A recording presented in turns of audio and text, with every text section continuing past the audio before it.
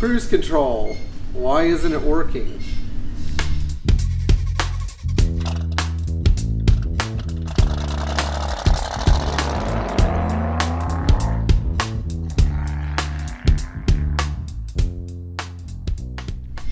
A lot of our subscribers have questioned me over the past few months about cruise control, some of them on the message board, some of them by email, and so I'm going to try my best to clarify some of the cruise control issues that Mercedes have. Now, in this video, we're specifically going to discuss the cruise control system that was used from 1981 to the end of production on the 126 series, 1982 to end of production on the 123 series, 1981 to 89 in the 107 series, and all the 124 series, 201 series cars, and 129 series cars, early production 90, 91, 92.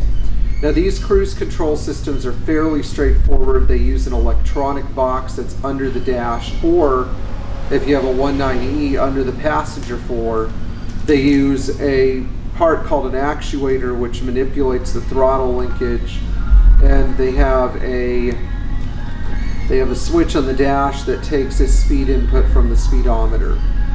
We're not going to discuss the vacuum operated systems in this video, although there are some things that you can learn from this video that translate to the vacuum operated systems.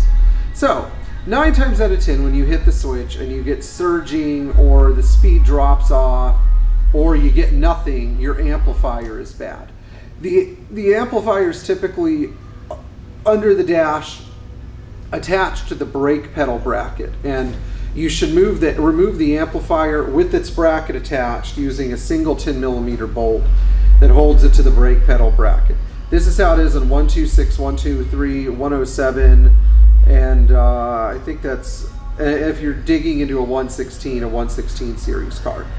On 124 cars, they're in a bracket that's hidden inside the dash near the brake pedal.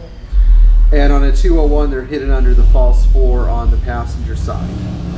Anyway, now you know what usually goes wrong. Let's say you replace your amplifier and you're still getting a little bit of surging, or your speed starts to drop off slowly after the car's been powered up for 5 to 10 minutes. You're probably going to need a new actuator. The actuator is responsible for taking the signal from the amplifier and manipulating it into a real-world throttle signal, and they can go bad. Also, if your actuator is really tired, it can overload the circuit board in the amplifier and kill it. But this doesn't happen as much as people say it does. It also has a lot more work to do on a V8 gas car versus a 5-cylinder diesel car because of the length of the throttle linkage, so keep that in mind as well.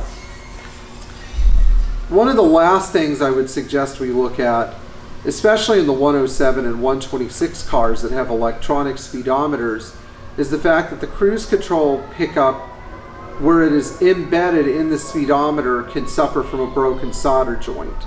So if you've replaced everything and you're at your wit's end, that is the last place you should look, and you should look at it with the magnifying glass and a soldering iron. The plug is a simple single pole connector on the back.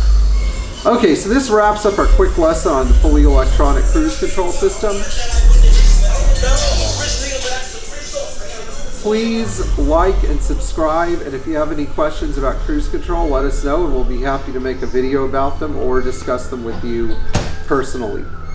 Enjoy driving your Mercedes Benz. Thanks.